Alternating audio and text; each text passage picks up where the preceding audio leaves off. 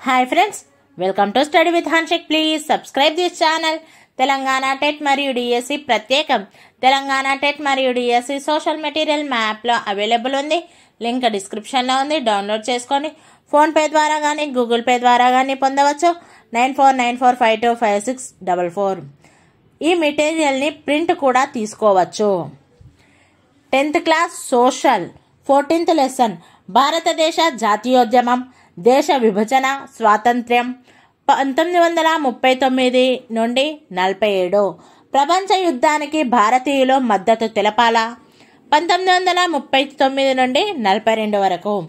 1939లో రెండవ ప్రపంచ యుద్ధం మొదలైనప్పుడు దేశంలోని పలు రాష్ట్రాలు కాంగ్రెస్ ప్రభుత్వ పాలనలో ఉన్నాయి. భారతీయులకు స్వయం పరిపాలనా సిద్ధాంతాన్ని, అధికారం కొంత మేరకైనా ఇవ్వాలని బ్రిటిష్ ప్రభుత్వం అంగీకరించింది. 1935లో బ్రిటిష్ పార్లమెంటు భారత ప్రభుత్వ చట్టాన్ని ఆమోదించింది. ఈ చట్టం ప్రకారం రాష్ట్రాల్లో ఎన్నికలు నిర్వహించి వీటిలో గెలిచిన పార్టీలో ప్రభుత్వాన్ని ఏర్పాటు చేయవచ్చు. అయితే ఓటు వేసే అధికారాన్ని జనాభాలో చాలా కొద్ది మందికే ఇచ్చారు.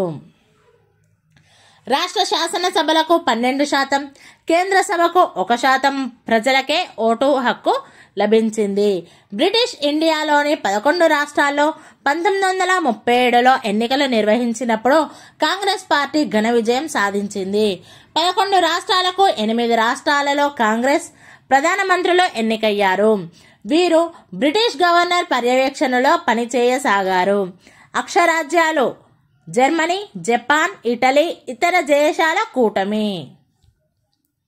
కాంగ్రెస్ ప్రభుత్వాలను సంప్రదించకుండానే బ్రిటిష్ యుద్ధంలో భారతదేశం పాలు పంచుకుంటుందని నిర్ణయం తీసుకుంది.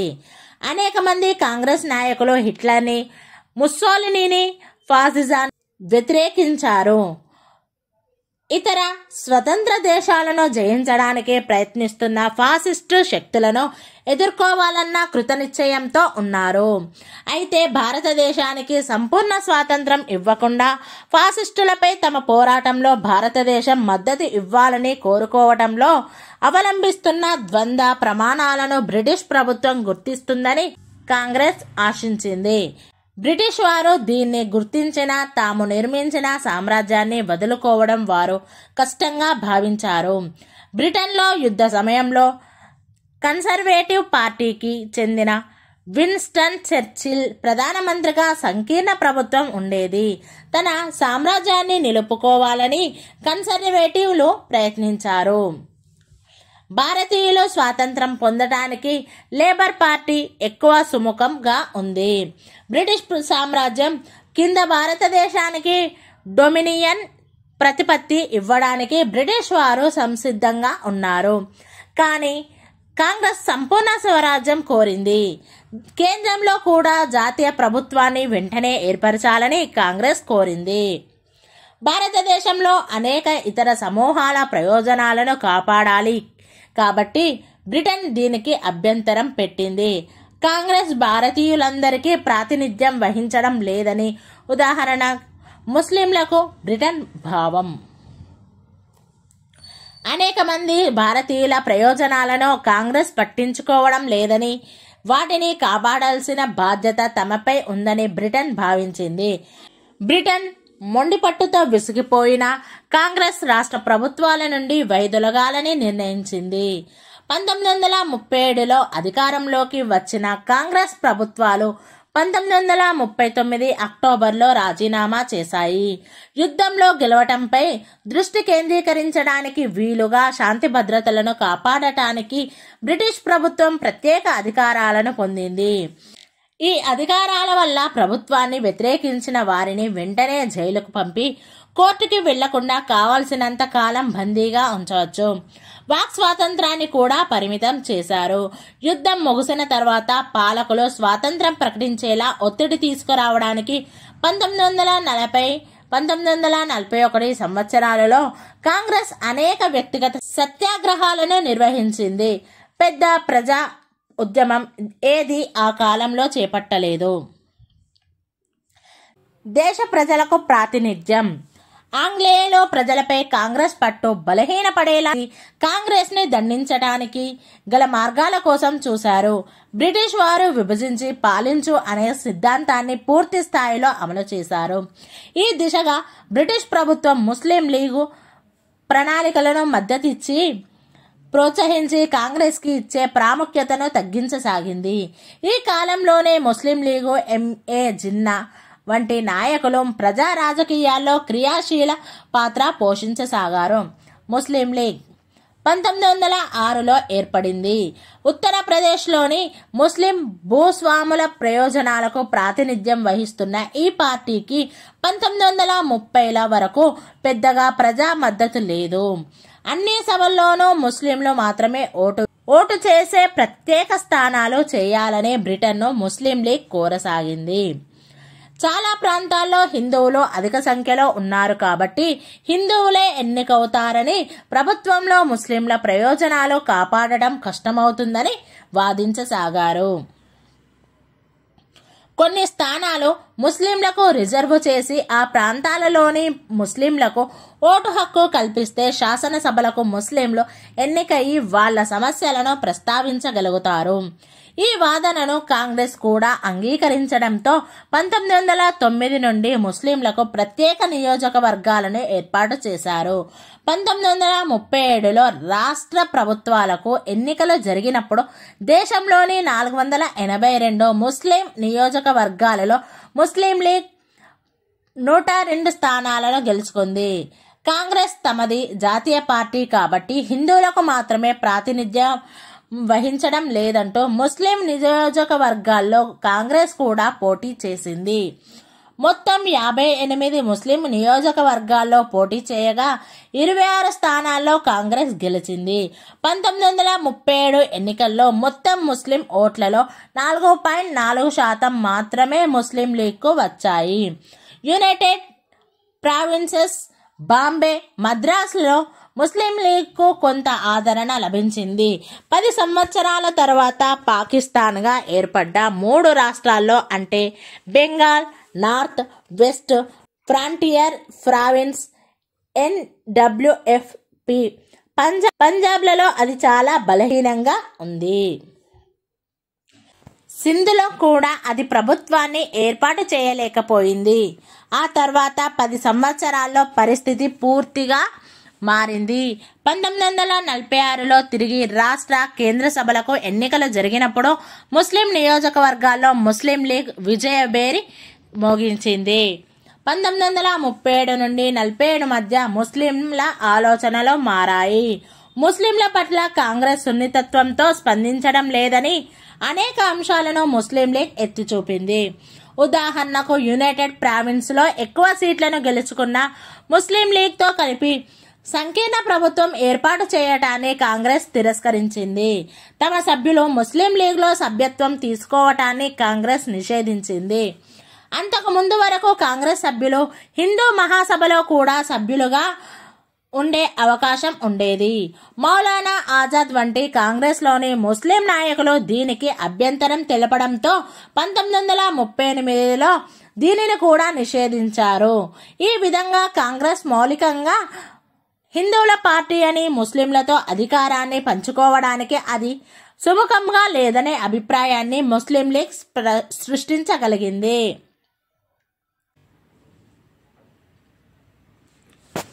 హిందూ మహాసభ RSS. ఈ సమయంలో హిందూ మహాసభ జాతీయ సాంస్కృతిక సంస్థ అయిన రాష్ట్రీయ స్వయం సేవక్ సంఘ్ RSS హిందువులను సమీకరించడానికి చురుగ్గా పనిచేశాయి. కులం, వర్గాలను అధిగమించి హిందువులందరినీ ఏకం చేసి సామాజిక జీవితంలో సంస్కరణలు తీసుకురావాలని ఈ సంఘాలు ఆశించాయి. భారతదేశం అధిక సంఖ్యలో ఉన్న హిందువుల భూమి అనే అభిప్రాయాన్ని కూడా వారు కలిగించారు. ఈ సంఘాల కార్యకలాపాలతో అనేక కాంగ్రెస్ వాదులు కూడా ప్రభావితమయ్యారు. తమ సభ్యుల్లో లౌకిక అవగాహన పెంచడానికి కాంగ్రెస్ ఎంతో ప్రయత్నించింది. హిందువులు, ముస్లింలు 2 దేశాల ప్రజలు కాదని, భారతదేశంలో సమగ్ర భాగం అని కాంగ్రెస్ వాదించేది. అయితే బ్రిటన్ ముస్లింలకు భద్రత కల్పించడానికి ముస్లిం లీగ్కు సూచనలు చేయసాగింది. పాకిస్తాన్ తీర్మానం. సారే జహా సే అచ్చా హిందుస్థాన్ హమారా అన్న కవిత రాసిన ఉర్దూ కవి మహమ్మద్ ఇక్బాల్ 1930లో ముస్లిం లీగ్ అధ్యక్షోపన్యాసం చేస్తూ వాయువ్య ముస్లిం రాష్ట్ర ఆవశ్యకత గురించి మాట్లాడాడు. పాకిస్తాన్ లేదా పాకిస్తాన్ పంజాబ్, ఆఫ్ఘాన్, కాశ్మీర్, సింధు, బలూచిస్తాన్ల ఆంగ్ల అక్షరాల నుండి ఏర్పడింది అన్న పేరును రూపొందించినది కేంబ్రిడ్జ్లోని పంజాబీ ముస్లిం అయిన చౌదరి రెహ్మత్ ఆలీ. 1933-1935లో రాసిన కరపత్రాలలో ఈ యువ విద్యార్థి ఈ రాష్ట్రాలకు ప్రత్యేక జాతీయ ప్రతిపత్తిని ఆశించాడు. 1930లలో రెహ్మత్ ఆలీని ఎవరూ పట్టించుకోలేదు. ప్రత్యేకించి ముస్లిం లీగ్, ఇతర ముస్లిం నాయకులు దానిని విద్యార్థి కలగా కొట్టిపారేశారు. హిందువుల ఆధిపత్యం పట్ల ముస్లిం లీగ్ రెచ్చగొట్టిన భయాలను తొలగించడంలో కాంగ్రెస్ వైఫల్యం చెందడం వల్ల బ్రిటిష్ పాలకులు విభజించి పాలించు అన్న విధానాన్ని అవలంబించడం వల్ల రాజకీయ వాతావరణం మారింది. 1940 మార్చి 23న ఉపఖండంలో ముస్లింలు అధికంగా ఉన్న ప్రాంతాల్లో కొంత స్వయం ప్రతిపత్తిని కోరుతూ ముస్లిం లీగ్ ఒక తీర్మానాన్ని ప్రవేశపెట్టింది. అస్పష్టంగా ఉన్న ఈ తీర్మానం దేశ విభజనను కానీ పాకిస్తాన్ను కానీ పేర్కొనలేదు. అయితే ఆ తర్వాత సంవత్సరాల్లో దీనిని పాకిస్తాన్ తీర్మానంగా పేర్కొనడం మొదలుపెట్టారు. కొత్త దేశంగా పాకిస్తాన్ ఏర్పడటానికి మద్దతు పొందసాగింది. ముస్లిం లీగ్ నాయకుడైన ఎంఏ జిన్నా డిమాండ్లను ఒప్పుకోవడం కాంగ్రెస్కి కూడా కష్టమైంది. 1940 నుండి 1946 మధ్య ప్రత్యేక దేశం ఆవశ్యకత, దాని ప్రయోజనాల గురించి ముస్లిం ప్రజలను ముస్లిం లీగ్ ఒప్పించగలిగింది. 1942 నుండి 45 మధ్య కాలంలో చాలా మంది కాంగ్రెస్ నాయకులు జైల్లో ఉన్నారు. ముస్లిం లీగ్ ఈ కాలాన్ని తన ఆదరణను పెంచుకోవడానికి సద్వినియోగపరుచుకుంది. బ్రిటిష్ వాళ్ళు భారతదేశం వదిలి వెళ్లేలా ఎవరు చేస్తారు? 1941 నాటికి జపాను ఆగ్నేయ ఆసియాలోకి విస్తరించసాగింది. భారతదేశ భూభాగాలకు కూడా ముప్పు ఏర్పడే ప్రమాదం ఉంది. జపాన్కు వ్యతిరేక యుద్ధంలో భారతీయులు కూడా పాల్గొనేలా బ్రిటన్ చూడాలి. 1942 మార్చిలో తన మంత్రుల్లో ఒకరైన సర్ స్టాఫర్డ్ క్రిప్స్ని భారతదేశం పంపించి గాంధీజీతో కాంగ్రెస్తో రాజీ కుదుర్చుకోవాల్సిందిగా ఒత్తిడిని పెంచింది. వైస్రాయ్ తన కార్యనిర్వాహక వర్గంలో రక్షణ సభ్యునిగా భారతీయుడిని ముందుగా నియమించాలని కాంగ్రెస్ పట్టుపడడంతో ఈ చర్చలు విఫలం అయ్యాయి. క్రిప్స్ దౌత్యం విఫలమయ్యాక బ్రిటిష్ పాలనకు వ్యతిరేకంగా గాంధీ తన 3వ ముఖ్యమైన ఉద్యమాన్ని ప్రారంభించాడు. 1942 ఆగస్టులో మొదలైన ఈ ఉద్యమం క్విట్ ఇండియా, భారతదేశం వదిలి వెళ్ళండి. గాంధీని వెంటనే ఖైదు చేసిన యువ కార్యకర్తలు దేశవ్యాప్తంగా సమ్మెలు నిర్వహించారు. దాడుల్లో ఆస్తి నష్టం గావించారు. యువత కళాశాల చదువులు వదిలి జైళ్లకు వెళ్లారు. ప్రత్యేకించి రహస్య ఉద్యమంలో కాంగ్రెస్లోని జయప్రకాష్ నారాయణ్ వంటి సోషలిస్టు సభ్యులు చురుగ్గా పాల్గొన్నారు. పశ్చిమంలో సతారా, తూర్పులో మేదినీపూర్ వంటి పలు జిల్లాల్లో స్వతంత్ర ప్రభుత్వాలను ప్రకటించారు. బ్రిటిష్ పాలకులు మరింత బల ప్రయోగంతో శక్తివంతంగా ఉద్యమాన్ని అణచివేశారు. అయినప్పటికీ ఉద్యమం అణచివేయడానికి సంవత్సరం పైగా పట్టింది. ఈలోగా యుద్ధంలో బ్రిటన్కు మద్దతివ్వాలని భారత కమ్యూనిస్టు పార్టీ నిర్ణయించింది. నాజీ సైన్యం సోవియట్ యూనియన్పై దండెత్తడంతో అది ఆందోళన చెందింది. ప్రపంచ స్థాయిలో ప్రమాదాన్ని గుర్తించి ఈ యుద్ధాన్ని ప్రజల యుద్ధంగా పేర్కొంది. దీనికి విరుద్ధంగా గాంధీ వంటి వాళ్ళు బ్రిటన్ భారతదేశాన్ని విడిచి వెళితే అది సొంతంగా జపాన్ను ఎదుర్కోగలదని భావించారు. అమెరికా, యూరప్లలో జపాన్ సాధించిన విజయాలు భారతీయులపై బలమైన ముద్రలు వేశాయి. జపాన్ ఆసియా దేశం, అది ఐరోపా వలస పాలకులను ఎదుర్కోగలిగింది. తాము కూడా బ్రిటన్కు వ్యతిరేకంగా పోరాడి గెలవగలమని భారతీయులు అనుకోసాగారు. ఆంగ్లేయులు ఉన్నత జాతికి చెందిన వాళ్ళన్న భ్రమ బద్దలైంది.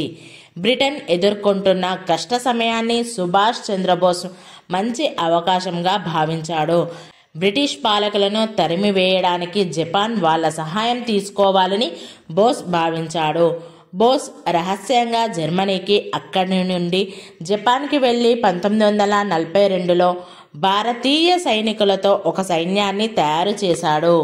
ఈ సైనికులు బర్మా, మలయా దేశాల్లో బ్రిటన్ను జపాన్ ఓడించినప్పుడు బందీలుగా తీసుకున్న బ్రిటిష్ సైన్యంలోని వారు. వీరికి భారత జాతీయ సైన్యం అని పేరు పెట్టి బోస్ వీరిని తన సైన్యంలోకి తీసుకున్నాడు. తర్వాత ఎంతోమంది మహిళలతో సహా ఇతర భారతీయులు కూడా ఈ సైన్యంలో చేరారు. అయితే బోస్తో గాంధీ ఏకీభవించలేదు. జపనీయులు భారతదేశానికి విముక్తి దాతలు కాలేరని గాంధీ భావించాడు. కానీ సుభాష్ చంద్రబోస్ జపాన్ సైన్యంతో కలిసి తన సైన్యంతో బ్రిటిష్ వాళ్లకు వ్యతిరేకంగా దాదాపు 3 సంవత్సరాలు యుద్ధం చేశాడు. ఒక దశలో మిత్రపక్షాలు యుద్ధంలో ఓడిపోతాయనిపించింది. స్టాలిన్ గ్రాండ్లో తిరుగులేని విజయం సాధించడంతో రష్యా నాజీ శక్తుల ఆట కట్టించింది. మిత్రకూటమి యుద్ధంపై తిరిగి పట్టు సాధించి అంతిమంగా 2వ ప్రపంచ యుద్ధంలో విజయం సాధించింది. బోస్ భారత జాతీయ సైన్యం బ్రిటిష్ వారి చేతుల్లో ఓటమి పాలైంది. తర్వాత ఘటనల్లో బోస్ చనిపోయాడో మాయమైపోయాడో ఖచ్చితంగా తెలియరాలేదు. 1944 జూన్లో యుద్ధం ముగింపు దశకు చేరుకుంటున్న సమయంలో బ్రిటిష్ ప్రభుత్వం గాంధీని చెరసాల నుండి విడుదల చేసింది. Thank you friends. ఈ వీడియో కనుక నచ్చినట్లయితే లైక్ చేయండి, షేర్ చేయండి, కామెంట్ చేయండి, సబ్స్క్రైబ్ చేయండి ఫ్రెండ్స్.